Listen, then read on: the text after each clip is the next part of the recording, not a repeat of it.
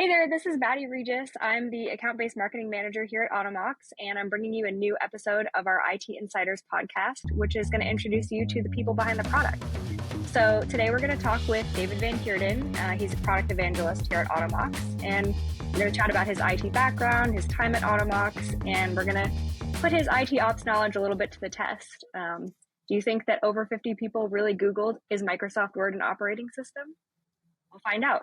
Welcome, David. Hey, thank you for having me. Yeah, I'm so excited to chat more with you. Could you tell me a little bit about your role and then also the name you'd give our company if we weren't called Automox? Oh man, yeah. I mean, so the role product evangelist is a weird one to fill, I have to say. I think we got creative trying to figure out what to do with me here. Because a little bit about my background, right, is I spent about 8 years at a single company that was involved in a wide range of industries. We were internal IT to that organization, but we sort of set ourselves up like an MSP, where I was head of a lot of our technology projects across hospitality, across construction, development, some software development as well. So I had a wide range of experience, all the pains across the different spaces, worked with a lot of amazing technology professionals through all of that stuff. But I was coaxed in over to Automox, this startup that was going to be a rocket ship in a short order. And upon joining the team, I was really excited to be the customer and lead the IT team for an IT focused tech company, which I just thought was the coolest thing ever. I'm so spoiled, right? And as such, I kept sharing my thoughts and opinions about things, and they kind of decided to make that official to where I'm sharing my thoughts and opinions to all of you here, as well as the rest of the team here at Automox. And yeah, giving Automox a name other than Automox, I think the little Easter egg within our product is we were patch simple before we rebranded, but we're definitely more than that now. I didn't even know that. Oh yeah, that's a fun note. Every startup has to have some sort of weird name that's like a fake word or something else. So it's got to have a .ai at the end or a .io. So I mean, I'll go with something really lame off the top of my head of like a berry.io, berry.ai, and then the R has got to be replaced with something else. Yeah, we'll figure it out. Ooh, a bear, BARY.ai. There we go. Awesome. I love the creativity. I can see why they brought you on. They're like, this guy's got some good ideas. We got to keep him around. I have a weird process. But give me a little more background. So, you've been in IT for a while. Why did you end up getting into the IT space? Yeah, it's funny. It started at my family's church where I spent way too much time behind the drums. And as a drummer, I'm sitting there listening to the rest of the band in my headset. And again, I had opinions. And so I started to mess with the mix and got involved with all the technology inside of the house there, which someone picked up and noticed that I was this highly energetic, nerdy kid just messing with all the tech there. So they offered me a job in the closet of a small company down in Boca. And I spent my time organizing old printers and fixing some basic stuff. And that's just what got me sucked into it and got me started. For sure. Yeah, I'm sure a lot of the listeners can relate to organizing old tech. I know I've had plenty of jobs where there's just that giant closet of old IT items you've just got to deal with. So I have that addiction to understanding why things work the way they work. And that definitely involved me ripping apart many of printers. For sure. And so, you talked a little bit about this, but expand a little more, like why Automox? What drew you to this product and this organization? Yeah, I mean, originally it was how they recognized the difficulty of, at that time, was just patching. And they had big dreams. Automox still has big dreams of solving all of the major pain points for IT people. And so having been so close to it for so many years, and also, having a leadership perspective, and a lot of empathy for the struggles that we had, I thought it was a really cool opportunity to come in at an early stage while we were still, developing the scope of the product, and see what I could do to help influence it to actually solve these widespread common issues in IT. So I definitely bought into the passion of our leaders at Automox, and that's why I'm still here. Awesome. I love that. I think that really is what the core of the product is about. So I love to hear that. I am going to switch gears just a tiny bit. You're not going to get away from this without me asking you a little bit more of a work-related, IT ops related question. And we recently had a state of IT ops report come out, and our stats showed that about less than half of organizations report having high IT ops agility.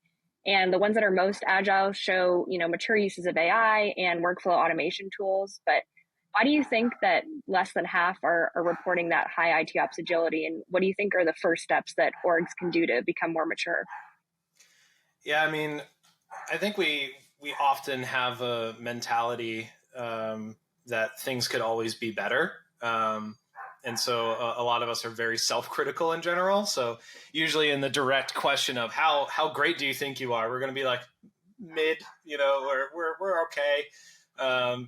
But even in that, I think it's in general that IT teams are under budgeted, understaffed, and overscoped. We're constantly putting out fires and having to deal with things that we were not involved in the planning phases for. And so we just kind of had to figure it out with what we had. MacGyver, I think was a theme that we used in some previous stuff that I was a part of here, because we're all MacGyvers in that respect.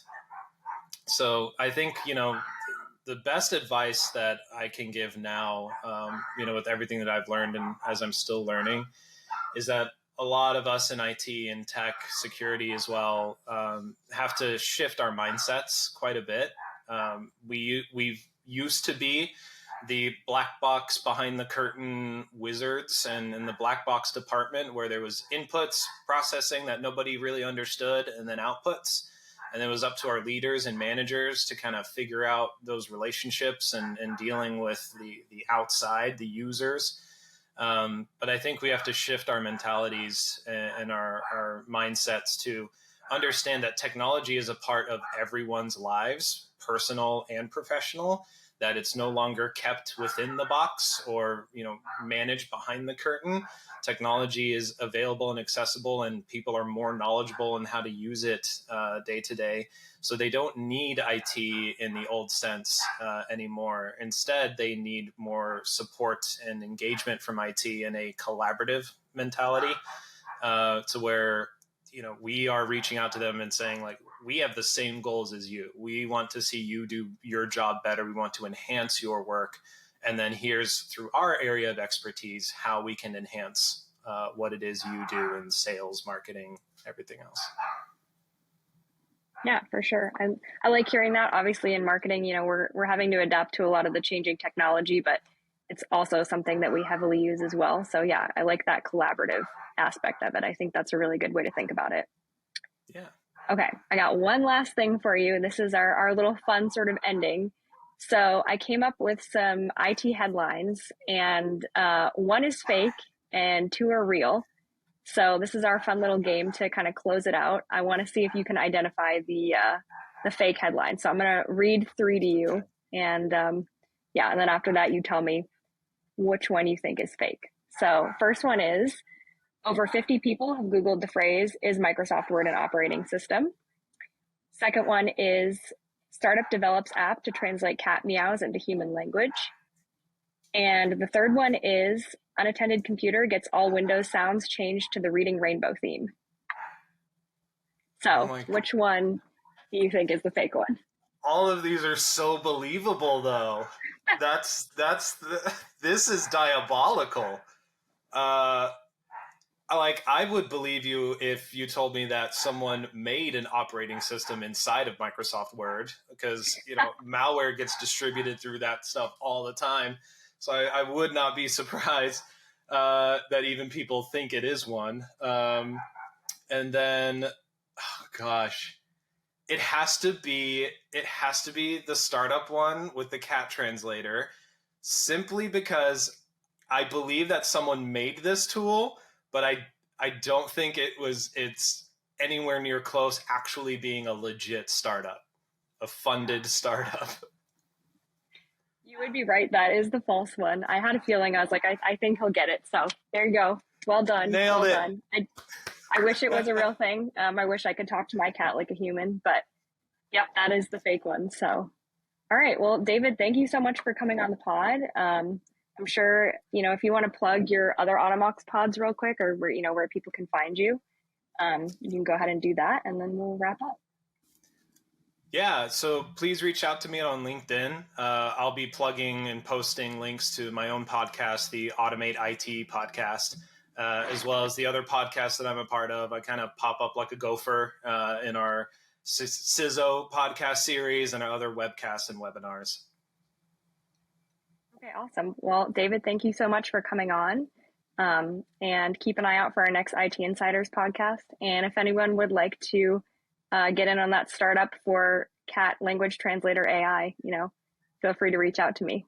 We'll see you guys next time. Thanks.